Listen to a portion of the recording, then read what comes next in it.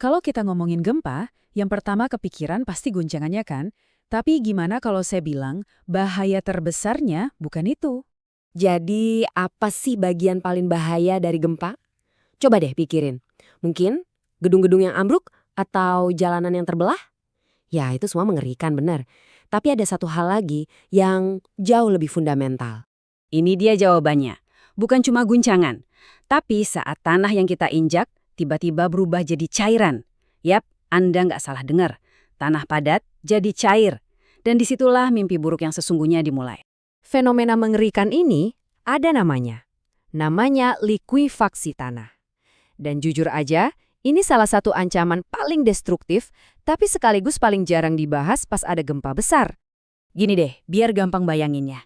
Pernah ke pantai kan? Coba deh berdiri di pasir yang basah dekat air, terus goyang-goyangin kaki Anda. Pasirnya jadi kayak lumpur hisap gitu kan? Nah, itu dia likuifaksi, tapi versi mini. Sekarang coba bayangin fenomena yang sama terjadi di bawah satu kota penuh. Dan ini bukan cuma teori loh, ini nyata. Kita lihat sendiri dampaknya pas gempa Canterbury di Selandia Baru tahun 2010-2011. Kompleks perumahan amblas, gedung-gedung jadi miring, infrastruktur hancur total. Bukan cuma karena getarannya, tapi karena tanah di bawah mereka literally mencair. Oke, jadi pertanyaannya, gimana caranya kita bangun gedung di atas tanah yang bisa meleleh kayak gini? Nah, para insinyur dan peneliti pun penasaran. Akhirnya mereka mutusin buat ngadu dua tipe fondasi yang paling umum dipakai. Jadi ada fondasi lajur, bayangin aja ini kayak dua kaki bangunan gitu, jadi tumpuannya cuma di titik-titik tertentu. Terus lawannya, fondasi rakit. Nah yang ini kayak satu lempengan beton solid yang gede, jadi seluruh bagian bawah bangunan itu mengambang di atas tanah sebagai satu kesatuan. Pertanyaannya simpel, mana yang lebih kuat ngadepin likuifaksi? Dan cara mereka ngetesnya ini gila banget. Mereka nggak main-main serius. Coba lihat gambar ini. Mereka bikin model skala 1:40 dari gedung 2 lantai. Detailnya luar biasa presisi. Tujuannya buat nyiptain gempa beneran tapi di dalam lab. Tapi gimana caranya bikin gempa di laboratorium? Jawabannya ini kedengerannya kayak di film sci-fi, tapi ini nyata. Mereka pakai mesin sentrifugal raksasa. Jadi model-model bangunan tadi dimasukin ke mesin itu, terus diputar kenceng banget sampai 40 kali lipat gaya gravitasi bumi. Kenapa? Karena dengan cara ini, tekanan dan gaya di model yang kecil itu jadi sama persis kayak yang dialami gedung ukuran aslinya. Jadi mereka bisa lihat efek likuifaksi secara realistis tapi dalam skala lab. Dan kalau kita lihat skemanya di sini, ini bukan cuma sekedar diputar ya.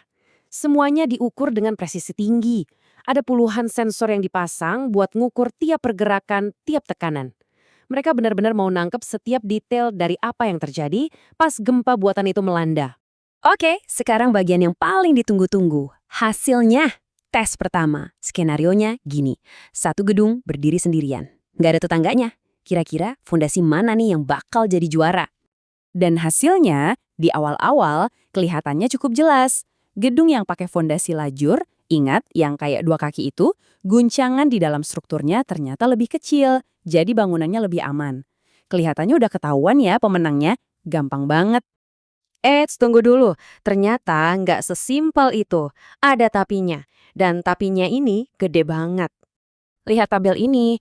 Jadi begini masalahnya. Fondasi lajur emang bagus buat ngurangin guncangan ke struktur atasnya. Tapi risikonya fondasinya sendiri justru rusak parah.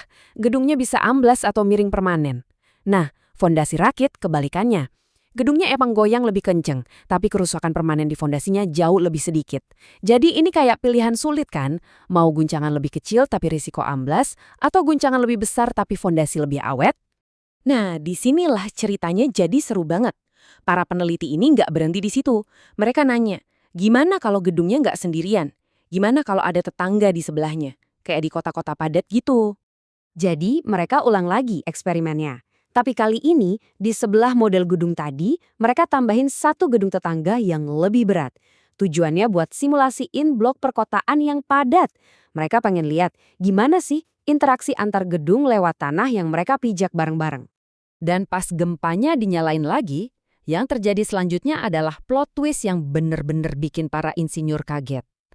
Semua hasil yang tadi kita lihat jadi kebalik total. Ini kutipan langsung dari hasil risetnya, struktur dengan fondasi rakit menunjukkan tuntutan struktural yang lebih rendah. Tiba-tiba, fondasi rakit yang tadi pas sendirian goyangnya paling parah, sekarang malah jadi yang paling stabil. Guncangannya justru lebih rendah. Jadi, di lingkungan yang padat, fondasi rakit yang tadinya kalah, sekarang malah jadi pemenangnya. Justru fondasi lajur yang tadinya jagoan, sekarang malah jadi yang paling parah guncangannya. Bener-bener 180 derajat kebalikannya. Kok bisa gitu? Kenapa cuma gara-gara ada tetangga, hasilnya bisa kebalik total? Nah, ini dia yang membawa kita ke pelajaran paling penting dari semua ini. Penjelasannya kurang lebih begini. Tiap gedung itu punya ritme getaran alaminya sendiri. Anggap aja kayak penari dengan gayanya masing-masing. Nah, pas ada tetangga di sebelahnya, interaksi lewat tanah itu mengubah ritme menari si gedung. Buat fondasi rakit, perubahan ritme ini ternyata nguntungin. Dia jadi menari nggak seirama sama getaran gempa, jadi guncangannya malah reda. Sebaliknya, fondasi lajur malah apes. Ritmenya malah jadi pas banget sama irama gempa, alhasil getarannya jadi makin kencang, makin diperkuat. Dan inilah inti dari semuanya. Jadi kalau ada yang nanya, fondasi mana yang paling bagus? Jawabannya sekarang bukan A atau B. Jawabannya, tergantung. Tergantung sama lingkungannya. Apalah gedung itu berdiri sendirian di lahan kosong, atau dia berdesak-desakan di tengah kota? Dalam rekayasa gempa, ternyata konteks itu segalanya. Ini akhirnya ninggalin kita sama satu pertanyaan besar yang penting banget buat masa depan. Riset ini ngebuktiin apa yang dianggap terbaik buat satu gedung sendirian bisa jadi malapetaka di lingkungan yang padat. Nah, sekarang kota-kota kita makin padat, makin tinggi. Pertanyaannya, berapa banyak lagi sih ilmu pasti di dunia rekayasa yang harus kita pertanyakan ulang? Di dunia di mana nyaris nggak ada lagi bangunan yang benar-benar berdiri sendirian?